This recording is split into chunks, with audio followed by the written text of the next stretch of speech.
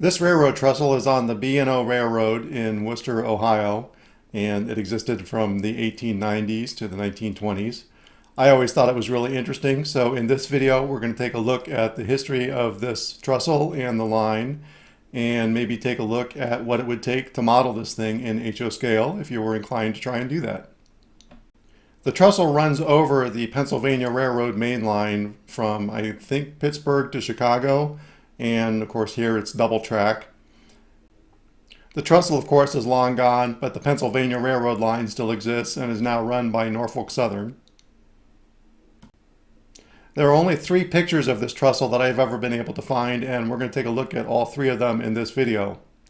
One thing you'll want to note is if you look at the double track Pennsylvania line, right in front of the trestle, at least in the photo point of view, there is a bridge, and that bridge goes over a creek, and we're going to use that as a reference point to try and locate the trestle.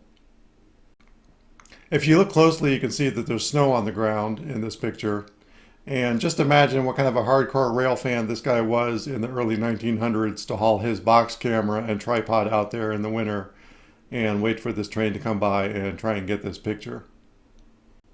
This rail fan wasn't so lucky he didn't get a train, but at least we have one of the very rare pictures of the trestle. I'd be willing to bet that this picture was taken in the 1920s, probably shortly before the trestle was going to be torn down and taken by someone who wanted to preserve an image of it. Here you can see the bridge on the Pennsylvania line as it crosses the creek. The B&O line went from Lodi through Worcester in Wayne County and then on down to Millersburg in Holmes County. From Millersburg, passengers could take the Pennsylvania line on down to Columbus if they wanted. Although it was not this Pennsylvania line that we're looking at here, this continued on to Chicago. It was a different branch that went from Millersburg down to Columbus. Much of Millersburg to Columbus is now a bike trail. The only other photo I have ever found is this one. In this photo, the trestle looks, I think, deceptively steep. I don't think it's quite as steep as it might look in this photo. I'm going to talk about that later. I believe that this photo is taken in the 1890s, and I bet that it is taken at the time that the track was completed across the trestle, and that this is kind of a commemorative photo commemorating the completion of the trestle, or at least the track across the trestle. I say that because it's obviously a staged photo, and if you look at the trestle bents, there are no cross beams on the bents, so the trestle is obviously still under construction. So just where is Wooster, Ohio? Here's a map of Ohio. You can see Wooster here. And the B&O line ran down along this creek area, down through here, and down here is where the trestle was. So it's on the south part of town.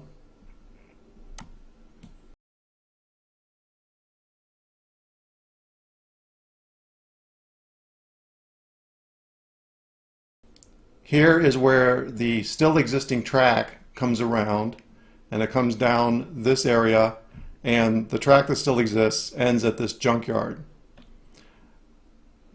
If it were to continue on, it runs past this line of trees, which I believe is the location of the trestle.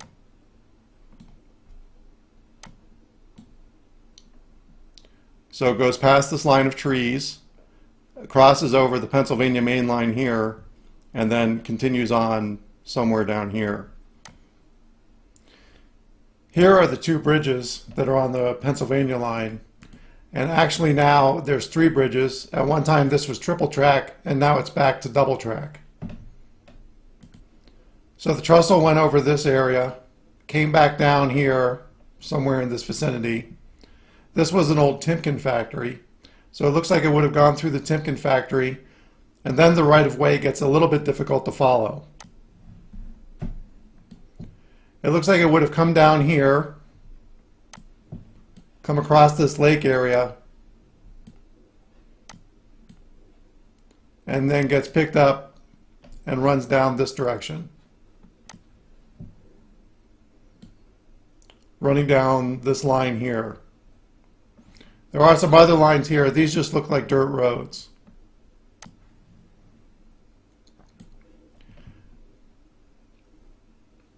We get down to Messner Road, and here the B&O line crosses Messner Road and runs through the swamp area. Here I took some pictures at Messner Road. Here we are at Messner Road looking north along the old right-of-way of the B&O line. And you can see on both sides of the right-of-way that there's water. So this is just slightly above the water table in this area. This is actually a swamp area. And here we are turned around facing the other way. So now we're looking south along the old right-of-way of the B&O line. And you can see off to the left, there's still some water in among those trees. So still very close to the water level. I can't help but think that it must have been a real chore for the men to build this right-of-way through this swamp in the 1890s. Over in this area, the Pennsylvania line crosses this road, and I took a picture of it looking south as well. As I said, this line was a Pennsylvania main line, and then Penn Central, and I think even Conrail, even up until Norfolk Southern took it over, but now it gets a lot less traffic. Here is the station in Millersburg on what was the Pennsylvania Railroad. It is now a bike trail. Millersburg is in Holmes County, which is really the heart of Amish country in Ohio, and so it's actually a combination bike and buggy trail. So it's double wide from a normal bike trail. Again, this is not the Pennsylvania line that's crossed by the B&O Trestle. This is a branch line that goes from Millersburg to Columbus. Here we can see on abandonrails.com the lower line, which runs from Wooster down to Millersburg. And it was filed for abandonment in 1923 and abandoned in 1928. This upper portion of the line ran from Lodi, Ohio down to Wooster, and it was abandoned in 1974. In 1969 there was a flood, and it destroyed much of that line. It's a very low running line next to a creek and in a floodplain. So it was destroyed in a flood, and they never rebuilt it. There are still some industries served by remnants of that line, but that line connects to the Pennsylvania Railroad.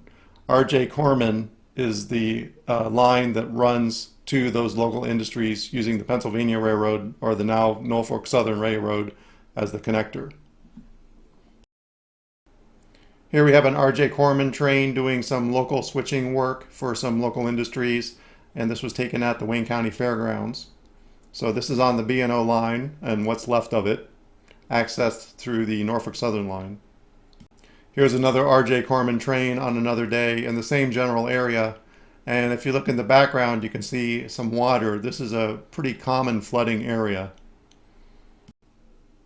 This is near the Wayne County Fairgrounds in Wooster, Ohio, and this is the old B&O freight terminal, which is now a hair salon or barber shop. Here we are looking west to where the RJ Corman photos were taken. Going back to the location of the trestle, and we're going north, and in this junkyard area is where the rail starts again. The track is still there. Comes across Route 30 and 250. This area is the old freight depot, and here's the fairgrounds. And the track comes out this direction, and this is about where it ends. So it doesn't cross Old Mansfield Road anymore. Going farther up, it used to cross over this creek here. This is the location where it crossed that creek. And the bridge that crossed this creek, I think, was wiped out in the flood of 1969. And that's one of the reasons that led to the abandonment of the line. And then it gets fairly difficult to follow the right-of-way.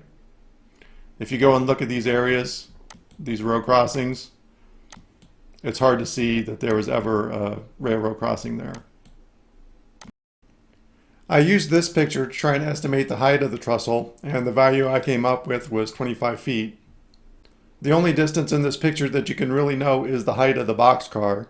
So I took 10 feet as the height of the boxcar, and then I figured out how many pixels that was and how many pixels tall the bridge was, and then I came up with 25 feet. Here I tried to figure out the distance between the trestle bents, and I sort of calculated that the height of the locomotive might be 15 feet, and that looks about like the distance between the bents, and so that's what I came up with.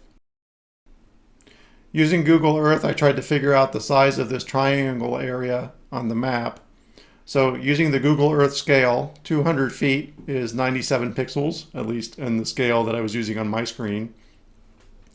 And that allows me to roughly calculate this triangle, and I'm using the creek where the bridge is on the Pennsylvania line as the base of the triangle. And then we see that it's a 21-degree triangle. And this gives the dimensions in pixels, and then convert that to feet. The north-south road on that triangle is Prairie Lane Road. And from the street, this is the view towards where the trestle would be. I kind of think that those telephone poles in the background may be the path of what was once the trestle. This is the picture that I used to try and calculate the size and gradient of the trestle. Using the scale on the picture, 500 feet is 100 pixels, and that's 5.7 feet in HO scale. The cyan line is 613 pixels, so that's 34 feet in HO scale. And the red line is 176 pixels, that equals 880 feet, and that's 10 feet in HO scale, and that's at the bottom along the creek. So the trestle line is in blue, and that's 319 pixels, or 1,595 feet. In HO scale, that makes it an 18-foot trestle. Going up to a height of 25 feet, that gives it a 1.57% grade. And if you divide the length of the trestle, divided by 15 feet between trestle bents, then you get 106 trestle bents. This is all dependent on the precision and accuracy of the scale on the map image, and that's a little bit questionable, but I think the numbers all come out kind of reasonable. So if you wanted to model this area in HO scale, you would need a layout that is 10 feet by 34 feet just to get the bridge and trestle in. So yeah, there's a lot of rough estimates in here, but I think it all seems like plausible values. The point being, if you want to model this trestle, you're going to need a pretty big layout, and you're not going to have a lot of exciting track. It sounds like the kind of thing that I'm going to leave to someone else to try. But if you try it, please make a video and post it. I would love to see it. I set up this spreadsheet where I can put in the gradient, the distance between the bents, and the maximum height of the trestle. And it will calculate the length of the trestle and the incremental height between each bent and the number of bents. Then I can convert those numbers to HO scale feet, HO scale inches, HO scale centimeters, and HO scale millimeters. So for the gradient that I calculated at 1.57% and 15 bents up to 25 feet, the total trestle length is 1592 feet. In HO scale, that's 219 inches or 18 feet. The incremental height between each trestle bent is 0.83 millimeters. So it's pretty challenging to build trestle bents with just an incremental height of 0.83 millimeters. Also, you get 106 bents, and that seems like a lot. And this is just for one side of the trestle. You're going to double that for the other side. So I can change this to 2.5%. And now we get a 1,000-foot trestle. We have 67 bents. And the incremental height for each bent is 1.31 millimeters. The total length of the trestle is 11 feet in HO scale on your layout. If you wanted something simpler to model but was still a reasonable approximation of the trestle, you could try a 5% grade. This will give you 33 bents, and the incremental height for each bent is 2.63 millimeters. And the total length of one side of the trestle is going to be 5.75 feet on your layout. To make it a little bit easier, maybe we only go up to 22 feet, and maybe we do 20-foot distance between the bents. Now we have 22 bents and 3.5 millimeters height differential between each bent and a 5-foot trestle because we weren't going up as high. Just for fun, let's try a 25% grade. Now we have 4 bents, and the trestle is only 1 foot long. So that's probably not something you would really want to put on your layout. Thanks for watching. I'm going to leave you with this image of an RJ Corman train on the old B&O line. You might wonder why the B&O didn't just use a diamond across the Pennsylvania Railroad. This might have been too remote of a location for a tower and all of the signaling required for a diamond. Also, in the 1890s, the Pennsylvania Railroad was a pretty big railroad. They may not have wanted a little fly-by-night outfit like the B&O to put a diamond on one of their main lines. And anyway, I'm not sure how common it was for a branch line to use a diamond while crossing a main line. Maybe that just wasn't something that was done very often.